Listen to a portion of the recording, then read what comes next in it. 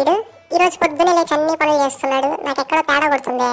గుడికి వచ్చిన ప్రతిసారి ఒక నిమిషం కూడా నా ముందు ఉండడు, వెంటనే ప్రసాదం లైన్ లో దూరతాడు. అలాంటి ఈ రోజు అన్ని పనులు చేస్తున్నాడు. నాకు ఏడో తేడా కొడుతుంది సీనా. వామ్మో వామ్మో, డెకరేషన్లు, నైవేద్యాలు, దీపాలు అన్ని వీడే చేస్తున్నాడు. ఏంటి రోజు ఏదో పెద్దగానే ప్లాన్ చేశాడు వీడు. సంవత్సరం అంతా చదవడు గాని ఈ రోజు మాత్రం బుక్కులన్నీ తెచ్చి నా ముందు పెడతాడు. నా ముందు పెడితే చదువు రాదురా, నువ్వు చదివితే చదువు వస్తుందని చెప్తే మాత్రం వినడు. స్వామి, ఎలాగన్నా నెలకి ₹1,00,00,000 ఉద్యోగం వచ్చేటట్టు చూడు స్వామి. నాకు తెలుసురా, పొద్దున్న లేచి అన్ని పనులు నువ్వు చేసినప్పుడే నాకు తేడా కొట్టింది. నీకు ఎవడన్నా ₹1,00,00,000 ఉద్యోగం ఎందుకు ఇస్తారా? 10,000 ఇచ్చేది ఎక్కువరా నీకు. నాకు పెట్టిన నైవేద్యం కూడా నువ్వే తింటున్నావు కదరా, కాస్త నెమ్మదిగా తిను, నేనే ఎత్తుకోపోనులే.